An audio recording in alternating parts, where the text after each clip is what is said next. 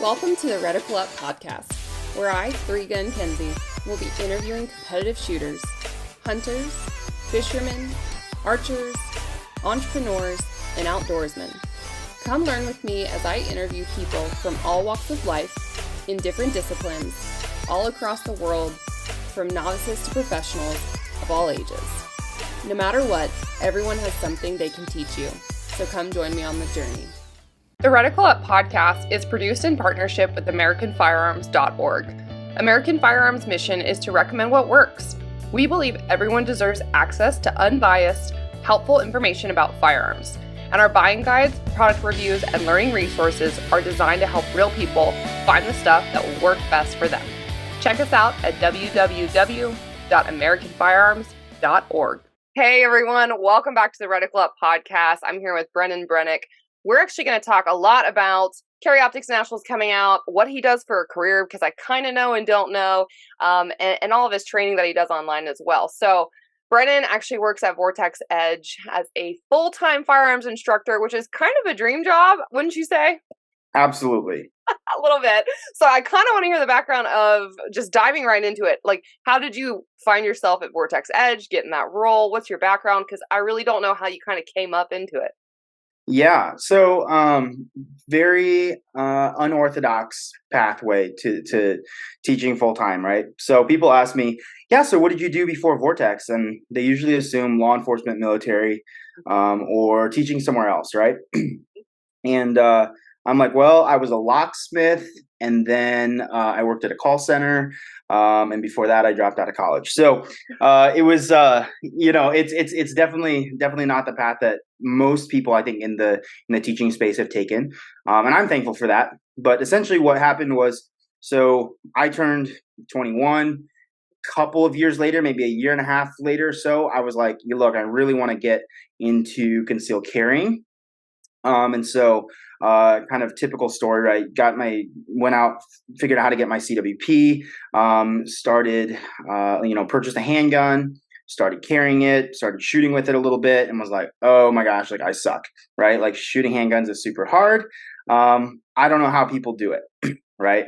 And watched a lot of YouTube, right? Watched a lot of, like, connected with some local instructors in my area that I was fortunate enough to, I feel like, jump into some really good classes, like right off the bat. That's probably saved me like 5 years, right, of just getting it wrong, right? But jumped into their classes, people that we know, Billy Barton, Nick Young, guys like those dudes, and just started dry firing my butt off, shooting as much as I could.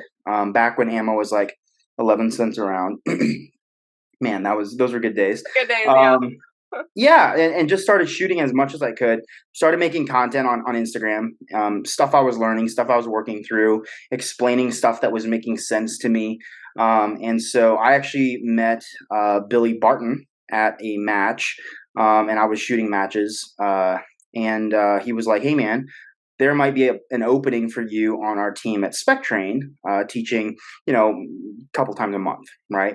And I was like, well, that'd be cool, right? So long story short, he kind of got me in touch with Chris Urrutia, who was one of the founding members of that company, and ended up bringing me on. So I taught for about a year, maybe a little bit more than a year, part-time for Spec Train. Right after I got hired, my buddy Chris,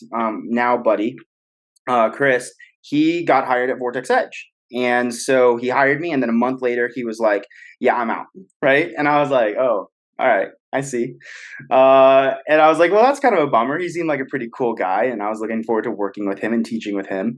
And then maybe 6 months after that, he was like, bro, like, we're going to be hiring more instructors at Vortex. This is a really cool place. You need to apply. And I was like, no way, dude. Like, I know what your resume is. I know what my resume looks like. And like, I just started. Like, no way. And he was like, you need to apply. I'm sending you a link. And I was like, all right. So he sends me a link. I apply, go through the whole application process. They flew me up to interview, and miraculously got the job. So I was able to pretty much go from, this is like my all-consuming passion, but nothing full-time. Yep. to literally jumping right into like one of the biggest optics companies around and getting to do what I think is the coolest job at the company, and that's just teaching classes, open enrollment classes, getting to help with T&E, doing content creation, like all the stuff that I just absolutely love and was hoping to do kind of on my own. Yeah. So that's how I got to where I was, and all of that from start to finish. Like I started shooting at the beginning of 2019, so pretty recently, right? But I think there's a lot of people like me though who are shooting at a super high level and teaching, and they only started shooting, pretty recently. So I think it's a pretty cool time to live in. 100%. I want to point out a couple of things because I hear about, I'm sure you do, like in the industry, you're so lucky, or like, oh, your life's, magical, and it's still really hard work, right? But there's a level of dedication and hard work that you put in to even earn that spot, right? So for people listening, like, it definitely takes connections in the industry, and that really is from getting out there, putting out content ahead of like wanting the job or whatever you want to do. It's like you got to start now, right? So start putting out the content. Start hosting classes. Start just giving free education if you can help, or put on CCW classes. Even just showing up to shoot matches and like networking at events and whatnot. So there's so many things that if you want to place in the firearms industry, I love your story, because if you want to place in the industry, it's there, but you do need to kind of do a little bit of legwork on your own in order to earn that position. But that's what's frustrating to me, is like people don't see the part-time job work. People don't see the locksmith. People don't see the hardship in order to even make it there. And it does take connections as well. So. Absolutely. And that's what I tell people too. Like, I'm sure you get the same messages. Probably everybody does, right? Like, Yeah. hey, I want to get into the industry. Right. And first of all, I'm like, well, what do you do now? And they're like, oh, well, I'm an engineer. Well, great. There's tons of engineering jobs. Oh, like, no, I didn't want to do an engineering job. Like, I wanted to do like, shooting. And I'm like, well, very few of those jobs. Right. And they're all taken by the AMU. Oh, what's that? They're all taken by the AMU. I'm joking. Oh, right. Yeah, exactly. Exactly. But I'll ask people like, well, what are you doing now to kind of get there, right? And it's like, well, I just started, and it's like, man, like you gotta get involved, man. Like you need to go jump into the competition scene. Like you said, like you need to jump into the training scene. You need to like mark yourself as a standout individual as you're going to classes. Like, hey, that person's super talented. Like that might be somebody that I want on my team. Right. There's so much stuff. Like, gosh, I mean, I would say for the first 3 years of shooting, I mean, anyone who shoots knows the sacrifice, right? Yeah. The weekends that are gone, the money we spend on ammo, and the hours we spend dry firing, and just the frustration, and the days you just want to quit and just give up, and the days that it's just the best day ever. And then, but all the time you're spending money. And man, I was a dry fire maniac, right? Like I had next to no money, but I was still like, dry fire's free. Yep. And so I put in some investment into guns and ammo and some good gear, and I upgraded as I went. And then it was just dry fire. Yep. And if you look back at like my old Instagram posts, you'll see like 99% of them are dry fire posts, right? It's all I had available to me, right? But just there's a lot of hard work behind every successful Instagram page or YouTube page or competitive shooter. There's just so many hours of hard work that you don't see. How often too have you heard the word no? A lot. Yep. And a lot of it is like, I feel like only very recently have I started even feeling like I can get to the point where I can even start a conversation or ask questions, right? Like, I would really like to work with this person, and it's like, I need to start a conversation. And you could start a conversation, but I think from the beginning it was like so out of reach, right? Or you'd been told no so many times, or whatever it is. Like, yeah, there's so much that you have to work through and just keep doing the thing. Yeah. I think you're a good example of this because I've seen a lot of your social media and been following you for a while of kind of like being humble in regards of like how you sort of made it. Like I feel like you, okay, maybe I'm going to speak for you, but tell me if I'm wrong. I feel like you remember your roots, like you appreciate the work that you put in to get there, right? But you do know like what it took to get there, but you don't forget like that newbie feeling. Does that resonate? Yeah, I mean, in many ways, I still feel like a newbie, right? Yeah. Like Or an I imposter. remember my first class. I remember my first gun. Like literally, the gun that I carry is literally the first gun I ever bought. I Awesome. still shoot it and carry it. Like it wasn't that long ago, right? Yeah. And so yeah, that's something that I try to convey in my classes as well. Like we get a lot of new shooters at Edge, and it's like I was in your shoes Yep. literally 4 years ago, Yep. right? Which So seems like a long time when you say 4 years. I'm like a 10-year overnight success, but it's really a really short time when you think about that work yeah, ethic. Yeah. yeah, And for people that don't know, I should have backed up on this, but what is Vortex Edge? What are like the okay, facilities? What are the classes? Kind of break down like that experience because that is open to people, listening to this podcast too. yes, yes. So Vortex Edge is, I think, probably like a one of the most underrated training experiences that's out there, and part of it is just because we're really new, Mhm. and part of it is because we're in Wisconsin, right? And Wisconsin's in the middle of nowhere; nobody knows where it is. But Yeah. Four so months out of the year, like when it's warm. yeah. Oh, also so cold, so snowy. Literally wearing a coat yesterday, because it was in the low 50s. So yeah. Anyways, very interesting weather we're having. But okay, so Vortex Edge is I describe it as the training division of Vortex Optics. So Vortex Optics, everybody knows Vortex, make rifle scopes and binoculars and red dots and all that stuff. So everybody who works for Vortex works in Barneveld, right? Barneveld, Wisconsin. So a few years back, about 5 years ago, they built this incredible indoor range. Okay, so we're talking. Man, now somebody from Vortex is gonna watch this and they're gonna see that I got my square footage wrong, but I want to say it's like 55 to 65,000 square feet. Like it's really big. So we have 100-yard indoor range, we have a 50-yard indoor range, 25-yard, a 15-yard test range, and a shoot house, all indoors. I remember seeing the shoot house So videos. That was really cool. Yeah. yeah, so a lot of capability there. So number one, it's very convenient as an optics company to have a range that is on your campus, right? So obviously, like a lot of testing goes on there, and a lot of departments use it. Where Vortex Edge really came into existence was, hey, we want to essentially open our doors to the public and offer a combination of a fantastic experience and top-notch education, right? And so they started with a couple instructors that we've now expanded. We have 6 full-time instructors, and I want to say 4 support staff, people who work down there solely at the range.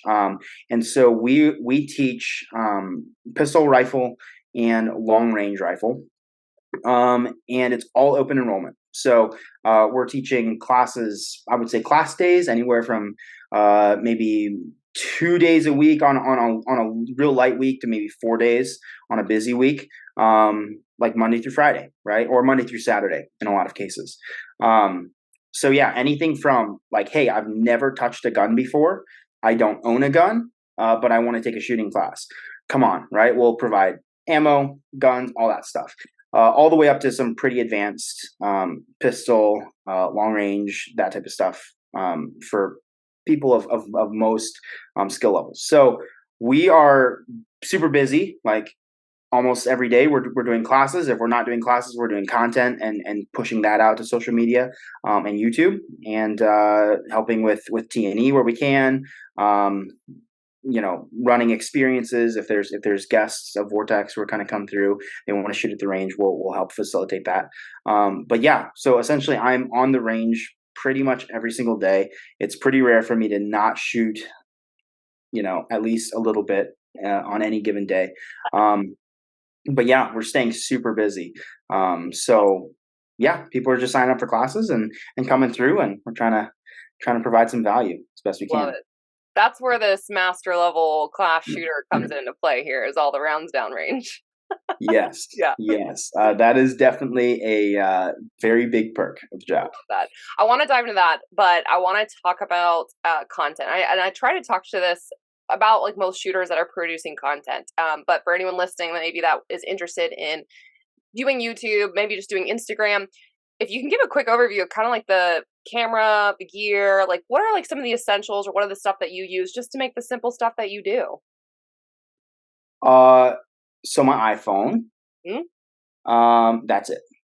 No microphones, lighting. No mics, no lighting. I borrow a tripod sometimes. Okay.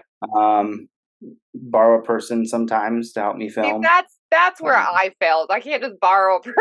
I have access to a private like piece of property and I go out there. So today even like I had a tripod and I hit a 75-yard shot 3 times in a row with the new Nighthawk. Bro, I didn't even have like half my body in the frame. You barely saw the gun. I was like, no, and I had to redo it. The struggle is so real. So everybody with like an iPhone camera understands that the front facing camera is way better than the rear facing camera, like a selfie camera, right? Yep. And so I know that because I'm so smart. And I'll set up my camera and like I can't see the screen. So I can't like turn around from where I'm gonna shoot and like look and make sure I'm in frame. So I hit the record, I run over to where I'm gonna shoot and I like make ready and then I run back in and make sure that I'm in frame. And there's usually 2 or 3 of those videos on my phone before the actual video of whether or not I actually accomplished what I was setting out to do. Yep. Yeah, fun. I've done that so many times recently, but this time I was like, nah, surely I got it. All I do is take a few steps in front of it. Listen, I'm a professional. Oh, mad. My editor showed up at the range. Was like, where were you an hour ago? Yeah. I did not repeat that 3 times in a row, by the way. So it's sad face. Yeah, that is. That's sad. No, so for me, I'm super amateur. Like I will do videos on my iPhone. I just use like CapCut to edit my videos. Like it's super amateur hour. It's professional. I do a fair bit of content with my buddy Justin, though. So we're kicking off a YouTube channel that will probably launch in either July or August this year. It's going to be centered around performance shooting and trying to make performance shooting look cool for people. So fair amount of like gear stuff, fair amount of shooting stuff, but it'll be mostly around just performance. And so if it's something gear related, it's going to be I like this because it pushes my performance this way, and it's really going to be trying to get people into like defining what performance shooting is. So there'll be some high quality content coming, but for my Instagram, it's just down and dirty, run and gun iPhone stuff. I'm jealous. I love it. I just need a person. That's all. I want to hire a person to just be there when I need them. Just stand right here. Yeah, that's all I need. Okay, so let's dive into USPSA. I know we talked a little bit offline about this, but you are shooting Carry Optics Nationals like a couple weeks. Yes, 2 weeks. Not even, yeah. So by the time this podcast will out, it'll still be a few days before that. So again, we talked offline. So this is going to be your first level 3 or above? Yeah. So the only majors I've shot have been like section matches and like state championship matches or whatever they're called. Yeah. I've never talked to someone I don't think that's not been to one. So what are your expectations going in? And what do you actually like perceive nationals to like, or what do you perceive to get out of nationals, I guess? Yeah. So for one thing, right? Like the reason I've not done the whole major match circuit is like I'm just too poor. So like traveling and match fees and ammo and backup guns and all those things. I'm in a little bit of a different position now. I'm still poor, but I'm getting to go to a few more matches this year. I was supposed to shoot Area 5, then I triple booked that weekend.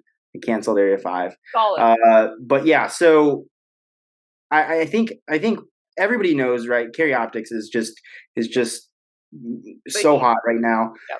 So much competition there. All the top dogs are shooting Carry Optics. Christian Seiler is going to be there this year. I think he shot last year as well, but he's like actually figuring out how to carry optics gun, which is crazy. So yeah, I'm really excited about it. Number one, I think that there's just everybody that is super serious about the sport is going to be there, right? I've not shot a major match since I made M class, and so I'm pretty curious how I'm going to stack up with those guys. Right now, I am really trying to make a push to make that final jump from M to G. And what I'm discovering is the biggest limiting factor for me is shooting consistently at a high level, right? And that sounds so simple, but I do think that is what is separating most M's from GMs, is that GMs will have consistently great shooting. And M's will have like excellent and then good and then pretty good and then terrible and then awesome. And it's just kind of all over the place. Right. So I've been trying to just really hone in on that, and we could talk about maybe my match prep and stuff like that. But, I think I'm just really curious to see how I'm going to be able to hang, number one, for 3 days of shooting, right? Longest match I've ever done. And then, yeah, just where I'm kind of stacking up with M's, right? I would love to be near the top of the list of M's, right? In the finishing. Have you looked at how many love are to in that get in division? there, the bottom of the G's as well. What's that? Have you looked at how many are in M class, like to set that goal, like registration wise? There's a lot. Okay. There's a lot of masterclass shooters. Yeah. I don't know the number on it, but just kind of scrolling through the squads. Yeah. It's very stacked. Yeah. So, I'm also allowing myself some grace too. Like I can't expect to go to nationals for the first time and just like do awesome. Yeah. I understand. Like I've tanked enough matches to know that that's not a realistic expectation. But I'm also getting more and more confident as we get up to that date of being able to arrive, shoot how I know how to shoot. I know that if I show up and push in some spots and hold myself really accountable in other spots, like I can be competitive, right? Yeah. So yeah, that's what I'm there to see. So it's going to be it's going to be a learning experience, I think, for sure. It's going to be really fun. I've got a good squad, and we're just going to see what we can do. It's going to be a test, so I'm excited. So I've shot with Billy a lot over the years, at different level matches too, and had a ton of fun. And I know his dedication to dry fire is huge. I know his dedication to live fire too, but I'm curious, like or is there anything like for you that you do different than him in terms of dry fire training or leading up to CO Nationals? Or do you, I'm assuming you still like keep in touch with those guys and kind of train together in some ways? Yeah. Yeah. So Billy and I definitely have different styles. I've also learned a ton from that dude. But we're still super different. So he will, I've actually taken a lot of notes, especially as I've tried to figure out, okay, like how do I make this jump from M class to GM class, right? Like, what's the difference? Because when we'll shoot together, he's, definitely better than me, right? But there are times and there are days and there are exercises and stages where like I might beat him, right? Not very often, but it might happen, right? Or like super, super close on his heels. And so I'm like, okay, so like, why can't I do this at like a match? Because if I can keep up with you just about at a match, like my placement is probably going to be pretty good. Right. Mm-hmm. And so I've been trying to, and he's talked to me quite a bit about live fire practice and how he's structuring that. We actually got to go to an Eric Raffel class this past, I remember that. January. I think, down in Florida, and that changed a lot for me. And we bounced ideas back and forth a lot from that class. That changed a lot of how I practice, just in general, right? Eric's a big fan of not shooting anything a bunch of times. Everybody in the class, I don't think anyone was lower than M class. Half the class was GMs and half the class was M class guys. And he was just like, no BS. Like, we're just cutting straight to it. You need to be performing at a high level all the time. And it was like, oof, because I've spent so much time in like skill development mode that's my go-to. I'm like, man, I got to get faster. Like, no, probably not. Like, I'm probably fast enough, right? Like, I just need to start like doing the thing over and over. Demand. And one time only, yeah. Yeah. So that's how I've been trying to structure my live fire practice, and I think I've taken some good notes from Billy in that. I think we're probably pretty similar with what we're working on. With dry fire, I'm super spoiled because I work at a range. If I dry fire at work, like in between, a few feet from my cubicle. Yeah. So, and it's also just about as easy to just hit the range. Yeah. So, especially leading up to Nats here, I've just been grabbing some ammo and hitting the range and trying to get into a rhythm. Lunch hours. I'm lazy about it now. I love that the lunch hours is probably like not eating. It's going to the range for the hour and then coming back to your desk, like, I should have eaten during my lunch. Right. Exactly.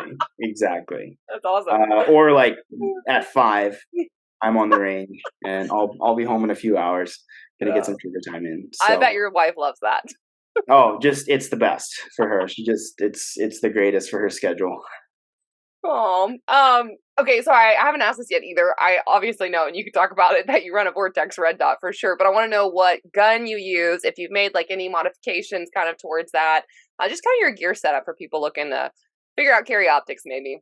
Yeah, so I'm so unprepared. I did not. I actually am going somewhere tomorrow to shoot, so I packed everything up and left it at work. But I shoot an M&P 2.0. The polymer version is my favorite. It's been my go-to for a long time. I'm running the Vortex CCW Defender red dot, the newest one we dropped a few months ago on that thing. It's actually on my carry gun as well. So I can give people an idea, right? But this is like my carry gun, but I have it pretty much similarly set up for my competition gun. It just doesn't have a light or a magwell. So apex trigger in all of my Smith and Wesson guns. And then I've pretty much got this dot now on all of my guns as well. Nice. Obviously a comp, it's a carry gun, carry and open, right? But carry optics gun, super simple. Apex trigger, red dot. I will do a tungsten guide rod in most of them as well. From Carver Custom, I run a 15-pound recoil spring. Just found it shoots a little bit softer. And yeah, that's it. So my belt is the Safariland ELS belt, right?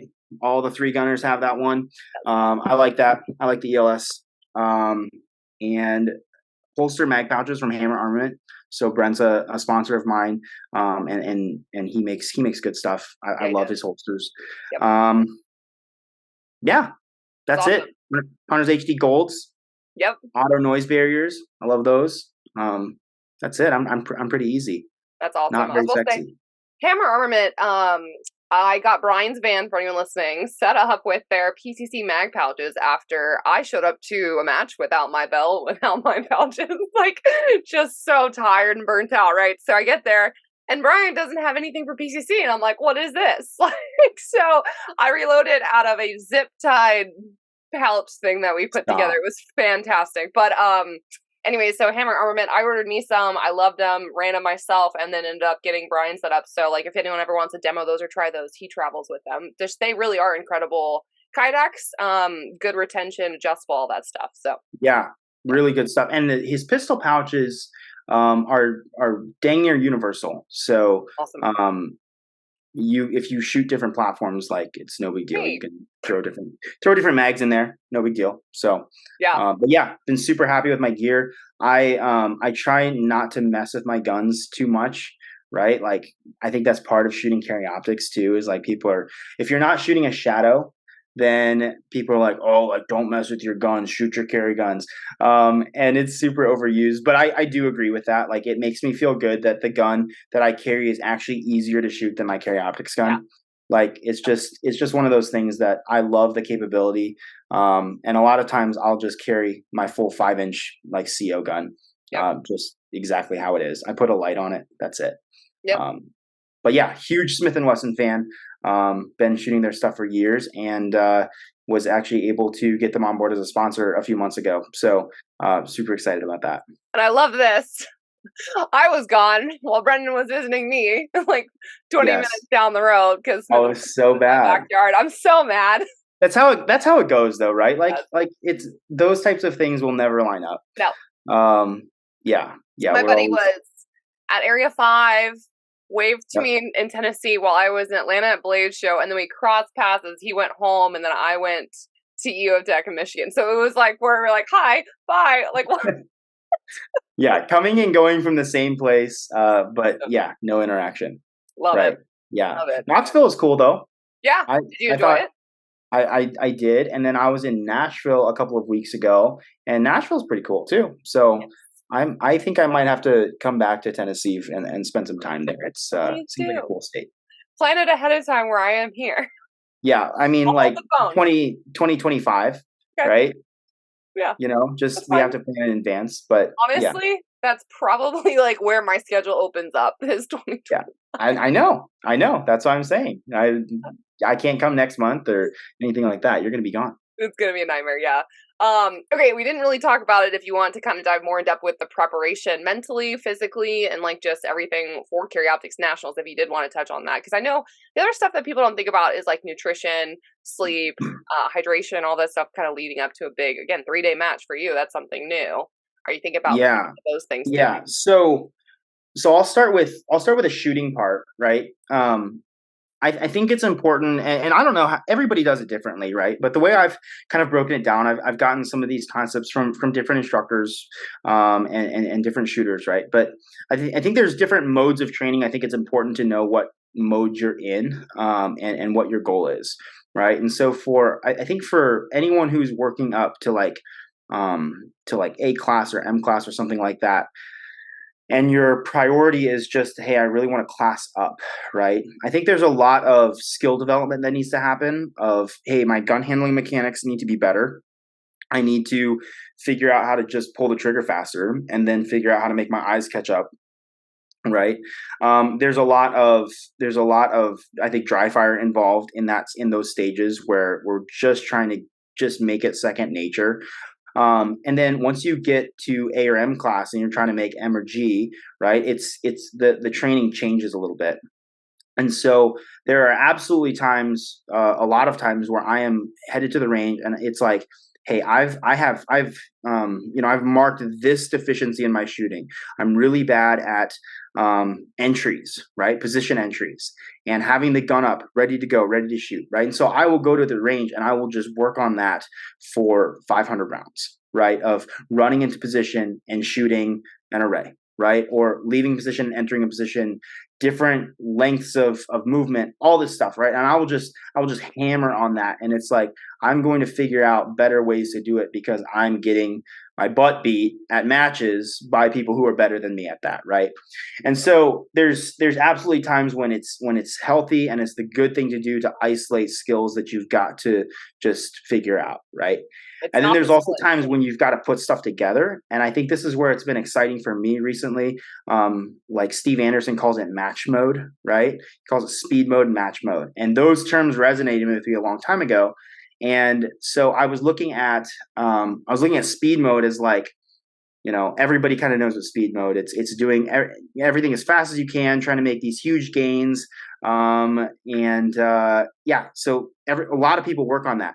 And then when it came to match mode, it was like I had this idea that match mode had to just be like slow, right? And anybody who knows me or has shot with me knows that like I like to go fast, right? And like hits be danged, like I'm just gonna go fast. I'm gonna pull the trigger. I love doing that. Love splitting the gun fast, shooting build drills, all that stuff. Like that's just my thing. I love doing that. And then I'll get to a match and I will watch my match footage and I'll even talk to my friends and they're like, bro, you need to like speed it up. Right. And I will look at a match and go, okay, so at a match, I got to make sure I get all my hits. Right.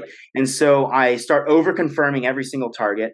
And then when I start pulling the trigger slow, my default is to start moving slower, which is so bad. Right. So what I've been trying to do with working on match mode is first of all, I've got to kind of redefine match mode for myself. So match mode can be anywhere from, just crawl your way through a stage, shoot all the points and don't hit no shoots. Right. Or it can be like, hey, I am pushing as hard as I can on everything that doesn't require pulling the trigger. and then I am I'm only using the correct amount of confirmation for each target, right? And so if a target calls for seeing my dot stopped and steady in the center of the target, then like that's what I'm going to do. But if it calls for just seeing my dot somewhere in the center of the target, then if I'm seeing a stop dot in the center of the target, like I'm probably burning time, right? Yep. And so when you start breaking down like what does each target need in terms of a sighting solution, and then just start pushing everything that is not pulling a trigger as hard as you can and putting max effort there, that's where I've started to find, okay, this is a really healthy balance, right? Like there's nothing that says I can't run as hard as I can every time I'm moving between positions when I'm not shooting, right? And I will tend to be like, oh man, this is a really technical stage. And so I'll like trot over. And I'm like, bro, what are you doing? Like, yeah, trot is exactly how I run. And it's like, no, like move, right? Like commit. Yep. And so I've been trying to redefine match mode a lot. And then once I've defined match mode and I'm figuring out how to get a hit factor on like a course of fire that I've set up to where I know it should be, then it's okay. Now I've got to force myself to compete at that level, which means my vision has to be right on. My target connection has to be there, right? Like I can't be looking at the freaking dot. I've got to actually be moving my feet, pushing hard, running hard, all of those types of things. And so that's what I've been doing for like the last month is just hit the range. Let's define match mode. Let's figure out what that feels like. And then just for the rest of the day, we're just only shooting at that level. We're not going to allow ourselves to get any sloppier. We're not going to try to gain speed. It's just hammer out at that level. And it's been super good for me. So it's something that I've known that I needed to dial in. And I think Nats is just kind of forcing me to actually figure it out. Yeah. So now, the mental or any of like that stuff, are you trying like, I guess that's something that I don't do is I don't kind of go look at the list and don't look at who I'm shooting up against. Like I try not to put that in my head. I don't know if you do that. Like, are you just kind of looking to see where you're at? Because for me, like with PCC at least, last year or 2 years ago, I shot nationals. I saw my improvement on the same national champion. This year, I want to do the same thing and just see that growth. So for me, it's like me against me. I don't know if that's kind of where you're at. Yeah. So I'm so competitive as a person. Me too. We wouldn't be doing this if we weren't. Exactly, right? So like at a local match, it's never me against me. It's always me against everybody else. And like it needs to be high overall, right? Which is so dumb. Like it doesn't have to be high overall, but like at a local, like it kind of does, Sure. So I think with Nats, I at first I was super intimidated. I'm still a little intimidated, but I would say that I've come to the realization that like, bro, like just don't make a fool out of yourself, right? Like just go shoot and shoot good, right? And so I think I'm really looking at it as like just go do what you can do and measure it against yourself. You don't need to care what other people are doing. You don't have to change your stage plan because you saw a GM change his stage plan. Like just go do what you know how to do. And I want to get like a baseline, for where I'm at. And then I think that was going to give me room to improve. And like, if next year I'm going back as like a GM, hopefully, right? Yep. Then I've gotten a measurable amount of progress that I've made. And then I can look to actually test myself at nationals next year or whatever it is. Does that make sense? Yeah, that's what I've done. I got the bench line, I've got the progress, and now I just got to keep going up for sure. And each year I've bumped class. Yeah. Yeah. And I think confidence is a big deal, right? Like you have to be confident in what you can do and not doubt yourself for what you can't do. So I keep quoting Steve Anderson, right? I took a class with him a while back, and I don't agree with everything he teaches, but he's got a lot of good stuff on the mental game. Also, really in depth stuff that I don't really do. But one thing he said was like, so he's like, so you lack confidence in matches. I was like, yep. He was like, so what is confidence? And I was like, oh. And he was like, so confidence is predicting future success based on past successes. And I was like, okay, that makes sense, right? And I was like, well, I don't have very many, right? Like I've never won a major. Like I was still A class at the time. I didn't feel like that was very successful. And he was like, well, you've got to choose a bunch of wins, right? You've got to set smaller goals and win at that. And then you go into it knowing, hey, like I can do this, right?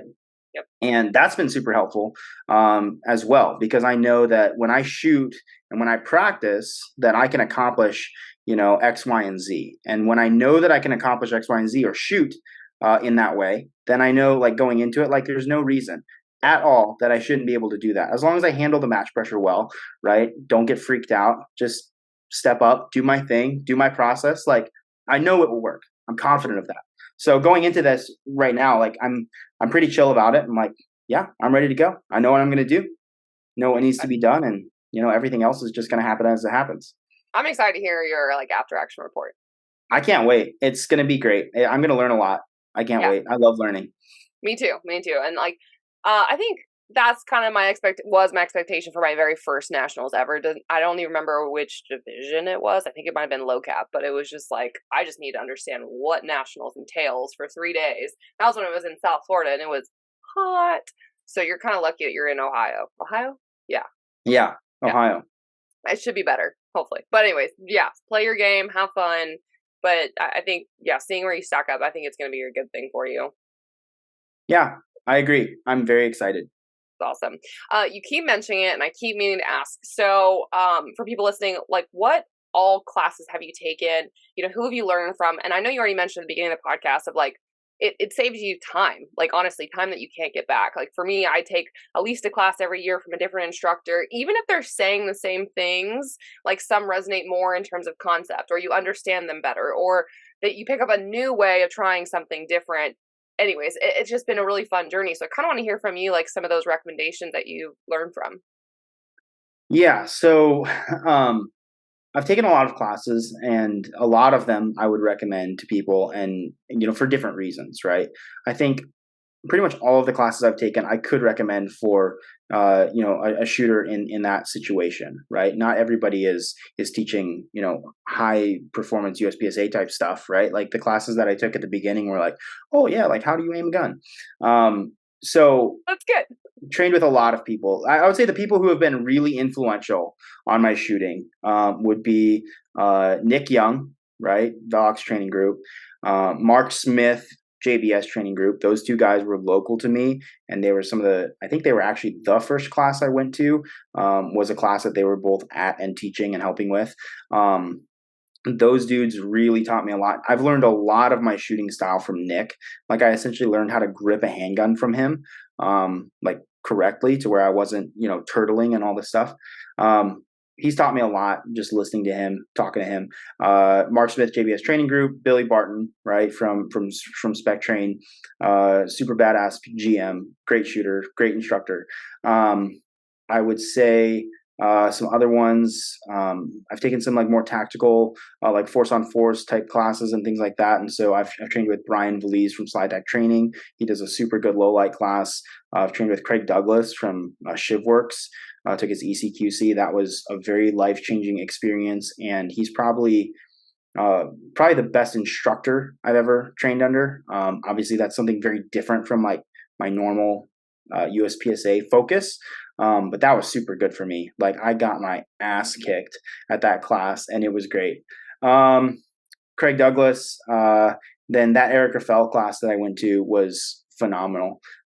Learned so much from that guy, challenged my thinking in so many ways, where there were a lot of things I was like, yeah, I'm super confident about this one thing. Like, it's pretty basic. Like, I'm pretty confident on this. And he would just be like, no, that is shit. I was like, oh, shit. I'm like, what? And he's like, so he challenged my thinking on a lot of stuff. And that was great. I was just soaking it in. He had some stuff on hit factor math that just blew my brain, and I've been, like, practicing so hard at, like, trying to calculate hit factor. Max Leogrand does that really well, and it's it hurts my head, but it's really impressive, and it's so nonchalant. We'll be at a dinner table, and he'll be discussing blah blah blah blah blah. All you need is this, and then this doesn't matter, and this time blah blah blah. I'm like, huh? I'm like, can you start over? And, like, I get out a calculator. Yeah, I need a whiteboard. How do you carry the want? No. Exactly. Yeah, super. Yeah, that definitely hurts my brain. The other stuff is, like, people I don't want to skip over that. It's like people don't understand hit factor scoring or math or where the seconds matter if you're making up a point for another point or what have you, right? So like that's something where I don't want to say you're not a good enough shooter, but like if you want to take shooting more seriously, I think that is something that you need to study, practice, and understand. Yeah, and even if you're not like, maybe you don't want to do the major match circuit, maybe you don't want to like your dream is not to win nationals, right? Yep. But training with hit factor, I think, is super beneficial for self defense or anything. You've got to measure your progress in terms of accuracy and speed, right? And I think hit factor does that the best. For sure. Time plus scoring is also good, but it's pretty heavily weighted towards accuracy, which is fine. But hit factor is so cool because there's always this there's this balance that you can chase and it grows with you, right? Like as you grow as a shooter, you will be able to kind of see the scale of how you're doing a little bit better. So I encourage everybody to get into scoring that way and shooting that way, or using some form of hit factor. Like even if you're shooting like B8 repair targets or B8 bullseyes, right? You can still score that with like a version of hit factor that's keeping you accountable for points and time, you know? So I encourage that to everybody. And then, yeah, if you start, I think if you're in shooting USPSA and you're wanting to take it to the next level and you're not starting to think about hit factor math and what you need to do on a stage and based on the hit factor, how you need to shoot it and how many Charlies can I allow here and how much time is a Charlie worth, and how many points is a second worth or whatever, right? Like you've got to, when you start figuring that out, I think it helps you make some of those, it makes that risk management at each stage so much easier, right? That was something I learned from Eric. He was like, okay, on this stage, if we can only allow 2 Charlies, he was like, look at all the targets. And I'm looking at him. He's like, so which targets do you want your Charlies on? I was like, oh crap, right? Because like this one has a no shoot and like this much available target to me. And this one's an open. And I would usually just rip into that and be happy with an alpha Charlie. Right. But over here, like I'm going to be lucky to do 2 Charlies. Right. So it was like, so these have to be alphas. Yeah, you those know? people aren't scoring on the far target, so you do need to capitalize on the close up because most people are going to have that same mindset of blazing through it and then still drop points on the smaller partial. Yeah, exactly. And that changed my mind completely because I was always like, well, yeah, Alpha Charlie, but I did it super fast. Like, good for me, right? But no. No, yeah. So I think getting into that at some level, if you're, I would say maybe like past C class, right, is good to just start thinking that way, right? Yep. Like get safe, like be safe, be able to finish matches, don't forget targets, right? And then like start thinking about hit factor and how you can use it in your training. So I have to giggle at this because little fun story is don't forget targets. I'm not going to name names, but there are people that like to, I say, talk shit about that they've never been to nationals, right? And they're like, okay, well, if I beat this person at this level 2 and I beat this person as level 3, I probably, and they wrote this like in a group message before, like I would have placed blah, blah, blah in this class. And we're like, bro, GM level shooters on my team and not me, and I'm only little A, but like GM level shooters forgot targets on like 2 different freaking stages at nationals. Like, and they never forget targets. Guess what? They're forgetting them. I'm not. Still, it counts so hardcore, and it's nationals is a different level of game. So it's like you don't even know, and you just can't compare. So some of that stuff, like, it really eats at you at the high level. Yeah, that's such a good point. Like, it's not just. Yeah, you can't just base your performance and predict your performance accurately. I had somebody ask me the other day, he was like trying to challenge me and he was like, well, how do you think you're going to do at nationals? Where are you going to place? And I was like, I don't fucking know. And he was like, well, I'm going to place here. And I was like, okay, bro. Oh, okay. He was like, yeah, I should win M class. And I was like, okay, cool. See you there. You know? Yeah. And, I don't know. It's just there's a lot of confidence. I think that major matches kind of kick out of you. Humbles, takes the ego out a little bit, stings a little bit. Yeah, for sure. Yeah, for sure. Yeah, like it was raining on your schedule. Fun, you know. That is like the curse of the gods for the dots of the world. Yeah. If you have an open emitter dot, you will shoot in the rain. It's just how it is. Yep.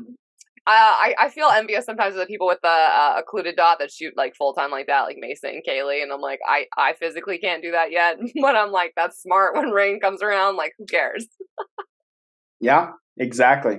Exactly. Yep. Oh, and the other thing I was going to say about targets, hey, did you know 1-for-1 on steel is always better and faster? It's better. It's always faster. Dude, it's like always better. It's always faster. That was something I learned from Billy. He was like, even if you have a big ass piece of steel, he was like, you have to put your dot in the center of it and it can't be moving when you pull the trigger. Nope. I've seen And him I'm move like, up but the it's target. huge. And he's like, nope. Because if you miss a steal, it's a mic. And if you miss an alpha, you still get 3 points. Exactly. And it's like, okay. I've seen Billy have arbitrations. I've seen Billy with a steal. Yep. Yep. Oh man. Well, I know we're towards the end of this, but I wanted to cover this because you carry a gun that you practice with. You practice it at work. How important is it for people that do carry a gun every single day to maybe, I know this is a huge concept, dry fire with it, live fire with it, practice drawing from concealment. Oh my God. Can you talk about that? Yeah. Oh, absolutely. So I will preface this by saying, like, I got into shooting competition because I wanted to be better, like with, defensive shooting, right? And now I look at shooting as all the same, right? Get the most number of points in the shortest amount of time possible, whether that's like on a bad guy or whether that's at a match on cardboard, right? Like it's all the same. So that was the reason I got into USPSA, and then it was addicting, and it's a sport, and I love it, right? Yep. But I will say too, like one of the reasons that I carry a full size gun with me is because it's the gun that I shoot and that I enjoy shooting at competitions and teach with, and it's just my go-to thing on the range, right? And so, like I'm lazy, right? And so I don't like the idea of carrying a small gun and then having to put in extra work on the small gun to be good enough with it. Yeah. Right. And so I just carry the gun that I compete with generally. And that works out for me again, because I'm just super lazy. Don't want to do that stuff. But like I started with just shooting the same gun in competition, like the exact same, like serialized gun in competition, carrying it every single day, like ruined all the bullets from like chambering and rechambering the same round, people who dry fire understand. And so like I think it's imperative that if you're going to carry a gun, like you've got to know how to use it. You've got to be familiar with it when it comes out of the holster for the first time. When you actually need that thing, like it needs to come out of the holster fast. You need to not be thinking about any of the hard skills of shooting, right? You shouldn't be thinking about like, oh my God, where's my dot, right? You shouldn't be thinking of like, okay, now what kind of trigger press do I need? Like it should be all of my attention is at the problem at hand, and all those hard skills are just second nature at this point, right? And I'm just processing information, and when it's shooting time, it's shooting time, and when it's not, right? And like I don't teach defensive style shooting. I don't teach tactics or anything like that, but I've been to enough of those classes where like I was so thankful that I had put in the time and the reps and the dry fire so that when the gun did come out finally, it was the shooting part was I don't even like really remember that part of it. It was all of the stuff leading up to it where I'm managing all of these other kind of outcomes that could happen. So it's super imperative. And like if you're going to like I don't know, if you're going to shoot like an open gun in competition and you love doing that, right? But then you put in like a Smith Wesson shield to carry around, like you've got to put in some time doing that because those two platforms couldn't be any more different, right? In terms of like mechanics, right? The shooting skill is going to be there and it's going to benefit you for sure. But yeah, you've got to put in time. You've got to know how it works. You've got to not be able to like drop a mag and reload a tiny gun if that's what you're carrying and stuff like that. So I think that's imperative. I think it's super cool that there's so many people who are passionate about defensive style shooting and concealed carry and like cops and LE guys and mill guys who are getting into competition to get better at their job. Like I'm super passionate about those guys doing well.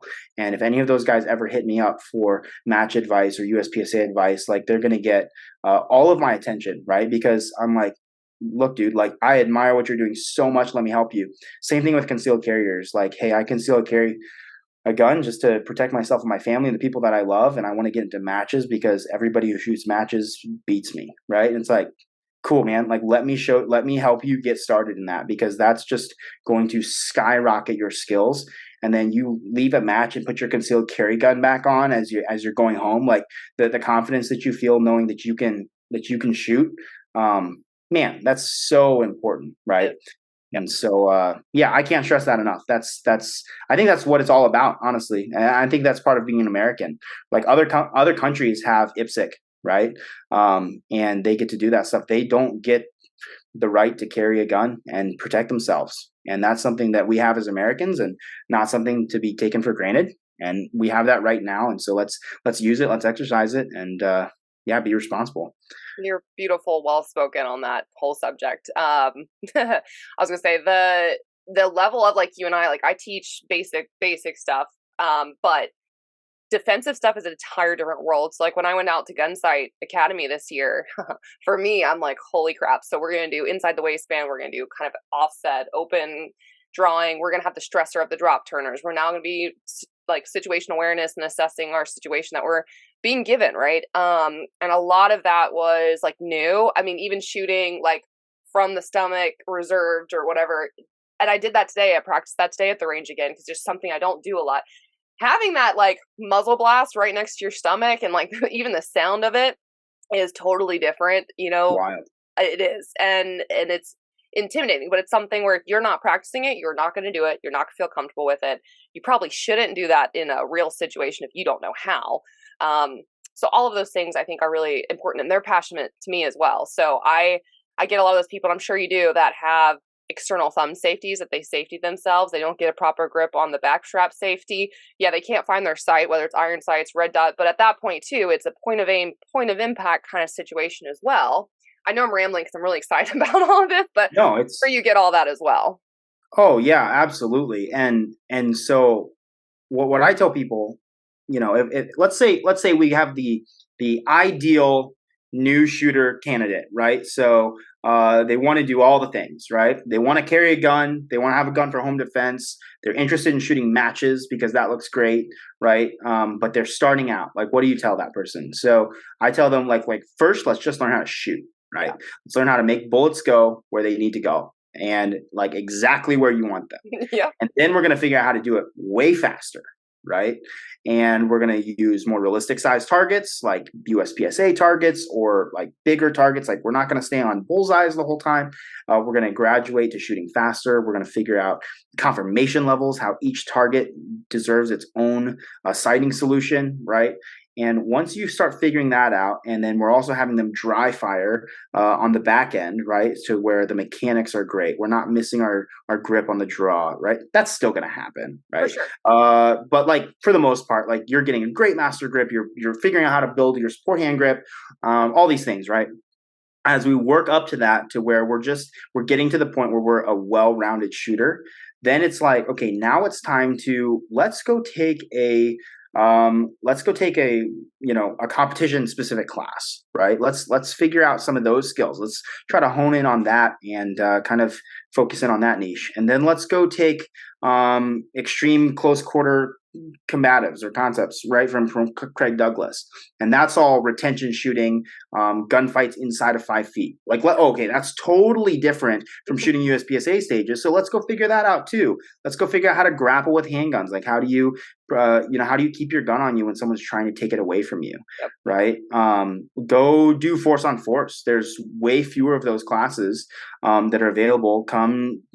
Go take a class where somebody's got a shoot house and sim rounds or UTM rounds, and like get shot at, or have to actually shoot a real person with sim rounds, right? It's super different. Yep. And like that's what I tell people to do. Like, figure out the shooting, because the shooting is going to be constant in all of those, right? You're still going to have to, grip sights and trigger and all of that, right?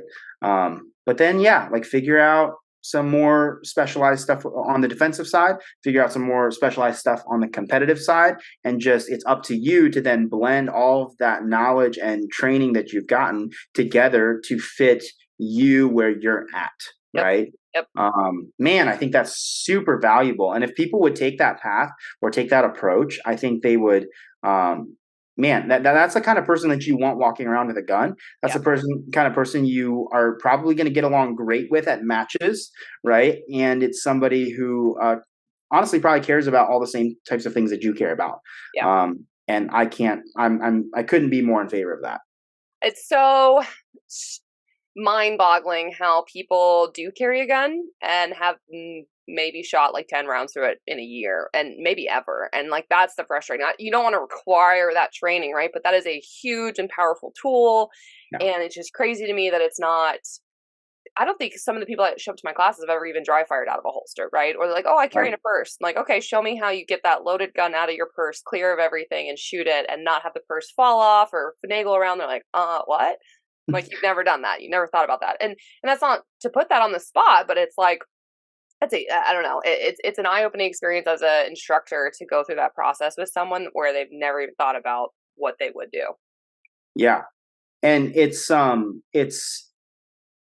yeah, I think that's a burden on instructors too, right? Like as an instructor, like you're responsible for helping people think about these things, and it's not like a shaming thing. It should never, like, no one should ever come to a class and feel ashamed of their skill level or their experience level, right? That's really basic.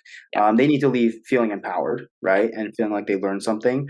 Or worst case scenario, I just have so much homework to do, right? Maybe they don't feel super confident at all, but they leave going, okay, I know how to get there. Yeah. Right. And that's how I try to leave every class myself from a student perspective is I want to leave with homework. And if like I don't leave with homework of something to try or practice, then like I probably did a bad job as a student picking stuff up. Right. Yeah. And so I think that's the thing for instructors too, is that if you're an instructor, there's so much responsibility on you to help like show people the way and get them started. And it doesn't have to be your way, right? But it just has to be get them on the right path, right? Yep. Help make them better and give them ways to get better or pursue excellence as they leave, right? That's huge. Yeah. Love it. Brennan, this has been a really fun conversation. We've covered a lot. There's so many good things in this podcast for people to learn from, tips that they can do at home. Is there anything else that you're passionate about that you haven't mentioned that we want to talk about before we leave? I would just say, like, don't let me think how to phrase this. So if you are the best shooter that you know, then you need to change something, right? Because there's always another level.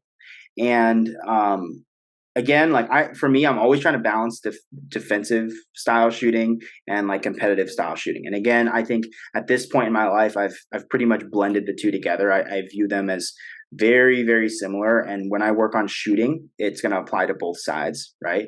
But if if you feel passionate about being able to run your gun better, then you need to get into a match, right? And if you're just shooting with like the homies at the range and just doing the same drills over and over, scored drills, pass fail, part-time drills, like go shoot a match and just see where you stack up. You get one shot at that. Yep. Cold start drills are super popular, right? Or, this drill must be shot cold, blah, blah, blah. I'm like, go shoot a match. So you've got to do the drill. You only get one chance at it. And like the first stage of the day is like super, super cold, right? Like you probably haven't shot or touched your gun all day. And then every single stage after that is a cold start drill. Essentially, like you get one shot at it and you've got to put up or shut up, essentially. Yep. Right. And so if that's you, if you're just always the best shooter at the range with your homies, like go shoot a match and drag everybody along with you and like go do it. Cause it's going to make you better. And if you feel super confident at local matches, right? Like I can get into that mindset, then like, okay, time to go sign up for a level 3, right? Time to go shoot against the champs and like see what I can do. Right. And I'm going to learn a lot from them. And man, I'm going to leave nationals with just so much homework. Like it's easily going to be probably 12 months of homework of just notes and takeaways and stuff that I know I can do better. So there's always a next level and there's always something else to pursue. And you've got to enjoy the journey as well, right? If 100%. If you just set a goal for yourself and then you reach that goal, it's going to feel really deflating because it's never as good as you hoped it would be because there's always the next thing. But if you're really in love with the journey or the process of getting better, then you're going to be in love with it the whole time. Right. And that's what I've got. Yeah. No, I think that's great advice. I think loving the process is the hardest challenge for me. But I tell people that, like, if you don't love it, then that's kind of game over in a way that, yeah, I don't know how to make that make sense, but that's a big piece of advice. It's a love-hate relationship, right? Yeah. I hate sucking, but I love getting better. Yes. That's why I do PRS, because I hate sucking at rifle and so must improve. And it hurts. I'm gonna shoot my first PRS match this summer, and I'm ready to eat some humble pie for sure. It's not fun. Let me know the first time you zero stage. I will text you. Please do. Brennan, thanks for coming on. Yes. I have to leave this two things. What's your social media handles for people to follow? And then how would someone be able to sign up for a Vortex Edge class with you? Yeah, so sign up for a class, vortexoptics.com or vortexedge.com. Okay, if you go to Vortex Optics, it's under the training tab. If you go to Vortex Edge, it takes you right to that page. Our classes, we keep them super small, and we're super booked out just because we try to get as high of a or as low of a student to instructor ratio as possible. And so you get tons of one-on-one time. I think it's worth it. So get into a class if you're super interested in any of the classes that we offer. Have questions, DM me. My Instagram is look_an_Asian, lookin' Asian. If you type that in, it should come up. It should be me. And YouTube channel coming later on this year. So that's going to be really cool. I'm going to keep that under wraps for now, but I will announce that on Instagram for sure. But keep an eye out for that as well. That's going to be great. Awesome. Thanks again, listeners. Tune in next week for another all-new episode of the Reticle Up podcast. We're over 100 episodes now, so be sure to like, subscribe, share all of this. And again, Brennan, thank you for coming on. Thanks for listening to the Reticle Up podcast. Be sure to subscribe wherever you get your podcasts and on YouTube. Follow along on social media at Reticle Up or 3Gun Kenzie.